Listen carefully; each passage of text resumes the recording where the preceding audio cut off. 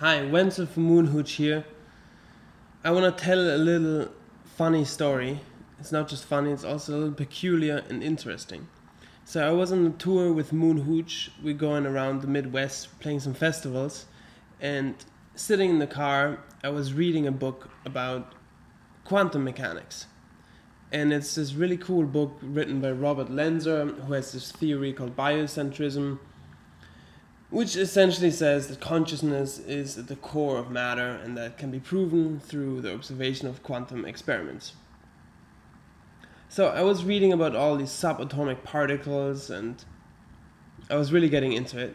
And at night we pull up at Phases of the Moon, a festival in Illinois, and we go to the artist lounge to hang out a little bit before our show. And there was a little shack, and in the shack Ben, two amazing engineers and musicians, had set up some of their amps that they have built. So we hung out there, we played some music with them, we jammed, and did some yoga. And I started talking to Ben, and he told me that he actually creates these amps with the help of a quantum physicist who helped design the Large Hadron Collider in CERN. So I was like, wow, that's crazy. I was so amazed that all day I've been thinking about quantum mechanics, and sure enough, I make a connection to a quantum mechanic that is also really into music. And Ben tells me that this guy's been developing all sorts of instruments with nitrogen gas and like all sorts of crazy ideas how to create sound. So I got his contact and I was like, yeah, that's awesome.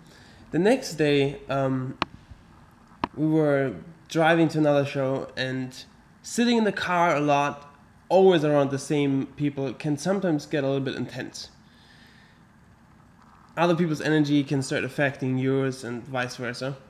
And I had a little interaction with Mike that left me kind of like feeling a little bit anxious. And I mean, it was an illogical feeling, but it was there.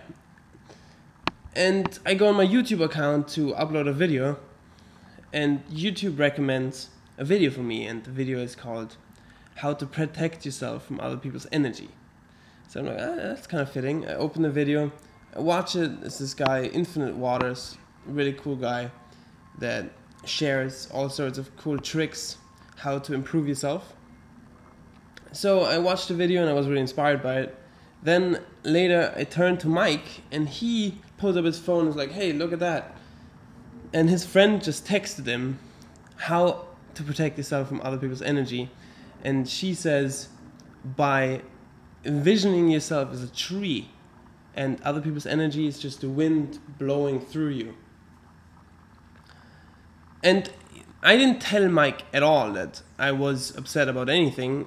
Neither did I tell him that I watched a video about how to protect yourself from other people's energy. It was just a coincidence, call it a coincidence, but from two different sources now I get an advice. And I was like, so maybe that's what this day was about. Last day was about quantum mechanics.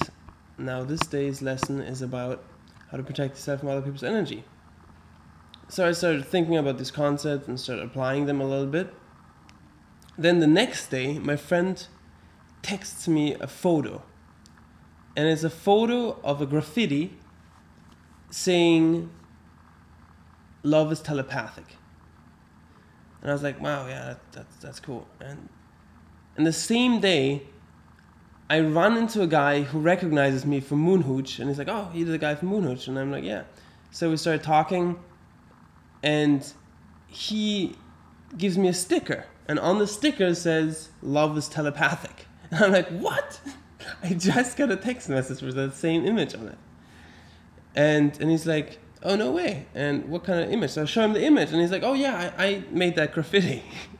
So then I was reflecting, thinking back about those 3 days. And it's kind of interesting. It almost seems like love is telepathic. And that was the message of those 3 days. Some people view those things as coincidence. Other people see them more spiritually or more magically. And I was having a conversation about this with my friend Andrea the other day, and she asked me, "What do you think? Is it a coincidence, or is it?"